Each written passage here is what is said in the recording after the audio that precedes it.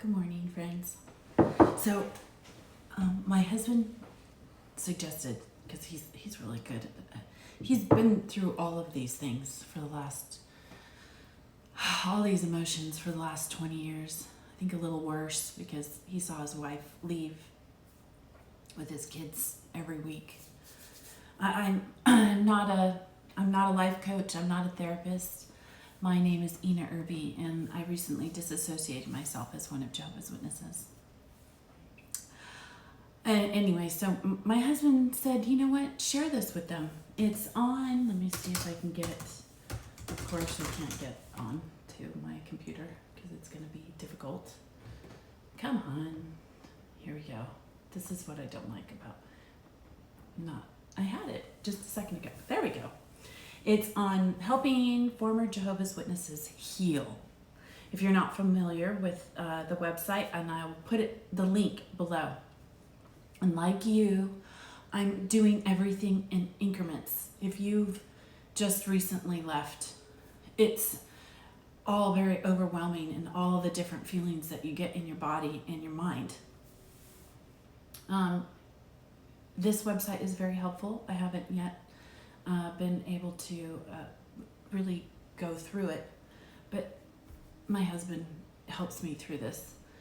ExJWhelp.com, ExJWhelp.com, and it breaks certain things down for you and where you are. Like I said, I'm going through this process, and for me it's increments because it's just so overwhelming. Right now we're reading Crisis of Conscience as a family, and I think that's really important. For me, I think it's very important to take my children along with me. You know, I took them to meetings every week. I went to every assembly. We were out in service weekly. So to leave them behind in the process of me, learning things seems wrong. So, they're learning it along with me. And children are so intuitive and they're so smart. And a lot of the stuff that they got at the Kingdom Hall, they're very honest, and they kind of already told me that they knew certain things just didn't set right with them in those little young hearts and minds.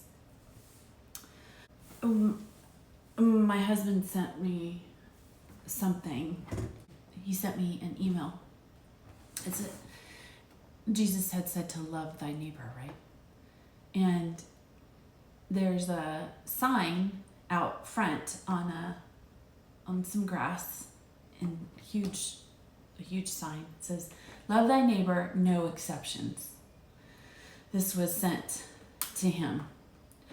Love thy neighbor, thy homeless neighbor, thy gay neighbor, thy Muslim neighbor, thy black neighbor, thy immigrant neighbor, thy Jewish neighbor, thy addicted neighbor, thy Christian neighbor, thy atheist neighbor, thy disabled neighbor. Jesus didn't make exceptions. We don't either. And I like that. As Jehovah's Witnesses, I think too, what seems to bother me, and it's constantly bothering me, and I've never really addressed it, but I have friends that were witnesses, and their children have become, or their children are gay. Like I said, I don't understand that, but that's okay. I don't need to. I need to be good to everybody. I need to be kind and loving to everyone. It doesn't matter. And it breaks my heart that Jehovah's Witnesses shun their children because they're gay. It seems so heartless.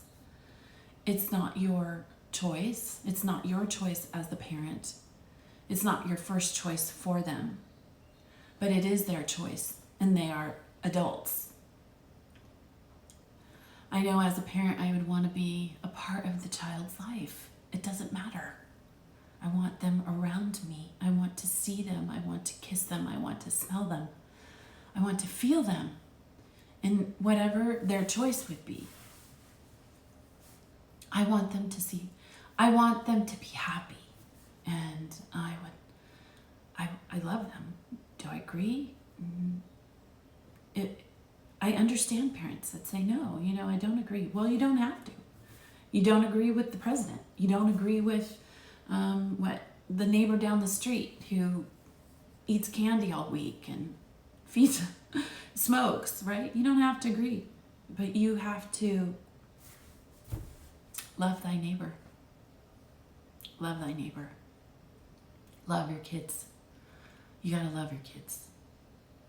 As human beings, we're all disappointing to our Heavenly Father if you believe in a God. I do.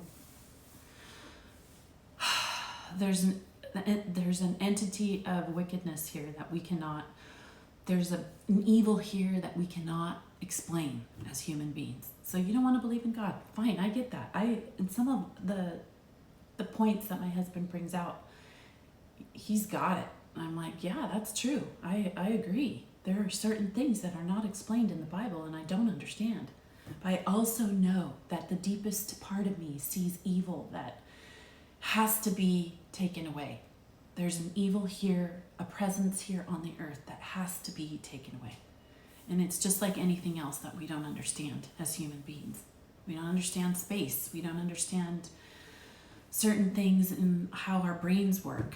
To take it out of a human being and it's white matter doesn't make sense. We know that there's certain portions of it that make the body work, but there's also a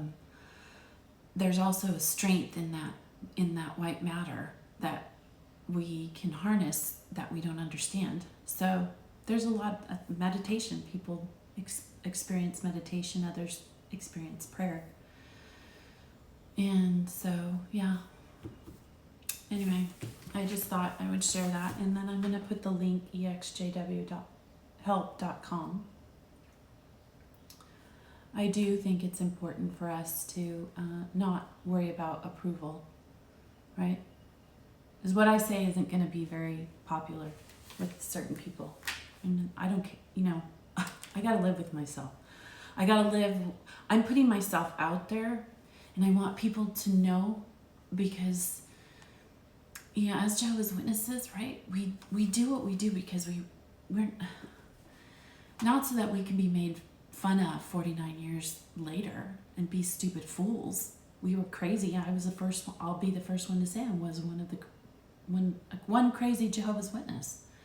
But the purpose was so that I wanted to help people. I'm not going to change that course. I'm still going to try and help, even if it's just showing my face. I remember as one of Jehovah's Witnesses scrolling down YouTube to see if I could recognize a face. I don't want to look back in my life and say, I didn't say anything. I let it happen and I never said anything. I knew it was not the truth. But I can go down kicking and screaming saying it's not the truth. Right? We can do that. I think it takes a lot of energy. But